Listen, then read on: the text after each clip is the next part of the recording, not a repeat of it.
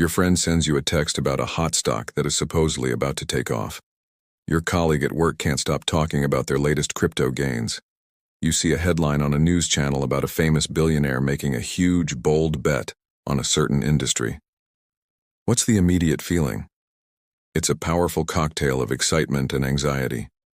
A voice in your head starts whispering, "Should I be doing that too? Am I missing out? Everyone else seems to be getting rich while I'm just sticking to my boring plan." This feeling, this fear of missing out, is one of the most destructive forces in personal finance, and it stems from one of the biggest mistakes we make: playing a game without knowing we're in one, and taking cues from players on a completely different field. Today we're going to unpack a simple but life-changing idea from Morgan Housel. It's the psychology of money. The danger of taking financial cues from people who are not playing the same game as you. Understanding this concept is like being given a superpower. The power to confidently ignore almost all of the financial noise that causes so much stress and so many bad decisions. First, what is a financial game? It's not complicated. Your personal financial game is defined by three simple things. 1. Your goals. What are you trying to achieve with your money? Are you saving for a down payment on a house in 3 years? Are you investing for a retirement that's 40 years away? Are you trying to generate income to live on right now? 2. Your time horizon. When do you need the money? Is it next month, next decade, or for your grandchildren? 3. Your risk tolerance. How do you feel emotionally and psychologically when your investments go down? Do you panic, or do you see it as a buying opportunity? The combination of these three factors defines the game you are playing. And the crucial truth is that almost everyone you encounter is playing a different game. A piece of financial advice is only useful or smart if it aligns with the game of the person receiving it.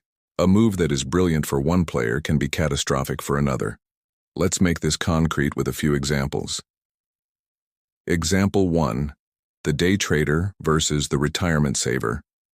The day trader's game is measured in minutes and hours. Their goal is to profit from tiny, short-term price fluctuations. They use leverage, complex charts, and thrive on market volatility. For them, a good investment might be a stock they hold for only 7 minutes to capture a 0.5% gain. To win their game, they need to be hyper-attentive, disciplined, and emotionally detached from any single trade. Now, consider the retirement saver. Their game is measured in decades. Their goal is to let capital compound slowly and steadily to fund their life 30 or 40 years from now. For them, short-term volatility is completely irrelevant noise. If the retirement saver tries to play the day trader's game, buying a hot stock based on a tip, panicking when it dips, selling quickly, they are guaranteed to lose. It would be like a marathon runner trying to use the strategy of a 100-meter sprinter. The advice, the strategy, the entire mindset is wrong for their game. Example 2. The 25-year-old accumulator versus the 70-year-old retiree. A 25-year-old just starting their career is in the accumulation phase. Their game is all about growth. Their time horizon is immense. A market crash for them is not a disaster, it's a gift.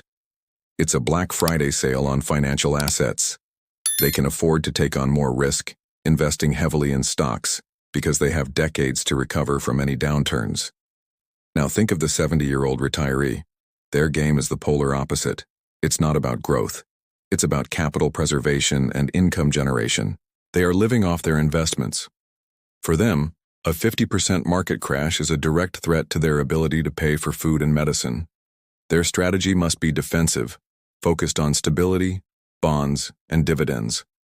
If that retiree takes financial cues from their 25-year-old grandchild and goes all in on high-growth tech stocks, they are inviting ruin into their life. The same investment at the same price can be a brilliant move for one person and a catastrophically foolish one for another. It all depends on the game they are playing. So, why do we fall into this trap so easily? The first reason is social proof. We are tribal creatures. We are wired to believe that if a lot of people are doing something, it must be the safe and correct thing to do. When everyone is rushing into a particular stock or asset class, it creates a gravitational pull that is incredibly difficult to resist, even if it has no place in our personal strategy. The second, and perhaps more powerful reason, is FOMO, fear of missing out. The pain of seeing your neighbor get rich from a stock you knew about but didn't buy is far more intense than the quiet satisfaction of sticking to your own long-term plan.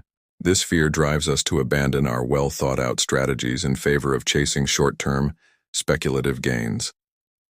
We are jealous of other people's results without understanding the risks they took or the game they were playing to get them. The solution to all of this is to define with absolute clarity what game you are playing. And once you know, you must have the discipline to ignore everyone else. How do you do this? Start by asking yourself some honest questions. What is my primary financial goal right now? Is it security? Is it growth? Is it income? What is my time horizon for this money? When will I need to access it?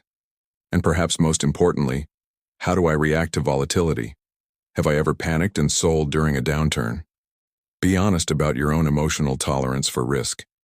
Write your answers down. Create a simple investment policy statement, even if it's just a few sentences on a piece of paper. For example, my goal is to retire in 30 years. Therefore, I will invest consistently in a diversified portfolio of low-cost index funds, and I will not sell just because the market is down. I will ignore short-term market noise and news headlines. This simple document becomes your anchor.